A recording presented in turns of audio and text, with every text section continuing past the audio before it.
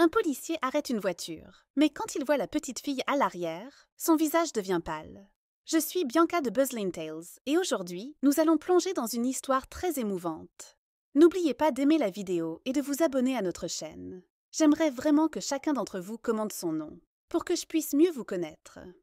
Le sergent Lucas roulait lentement sur une route de campagne déserte, sa radio émettant de temps en temps des grésillements. La nuit était sombre, et une pluie fine tapotait contre son pare-brise. C'était une soirée ordinaire, et pourtant, un sentiment étrange pesait sur lui. Depuis plusieurs jours, Lucas ressentait une mélancolie profonde.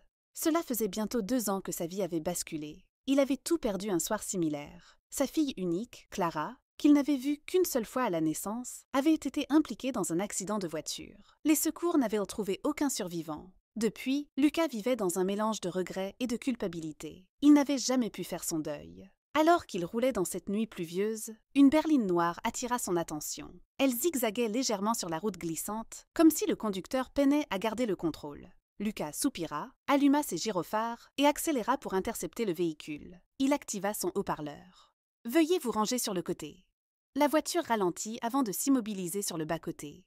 Lucas s'arrêta derrière, ajusta son uniforme et sortit de son véhicule, le bruit de la pluie résonnant dans la nuit. Il s'approche prudemment, sa lampe torche à la main. Le conducteur, un homme d'une trentaine d'années, baissa la vitre, visiblement nerveux.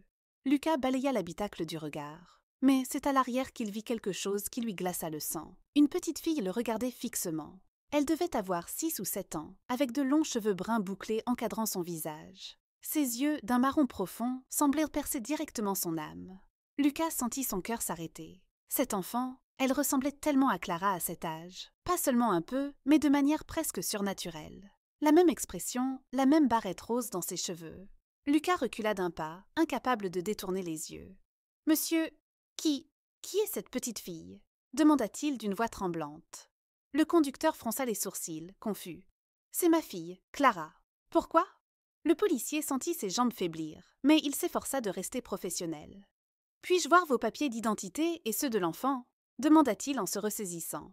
L'homme acquiesça et tendit ses documents. Lucas les étudia rapidement, mais son esprit était ailleurs. Un détail attira néanmoins son attention. L'homme n'était pas le père biologique de la petite. Elle avait été adoptée. « Vous avez adopté cet enfant ?» osa-t-il demander.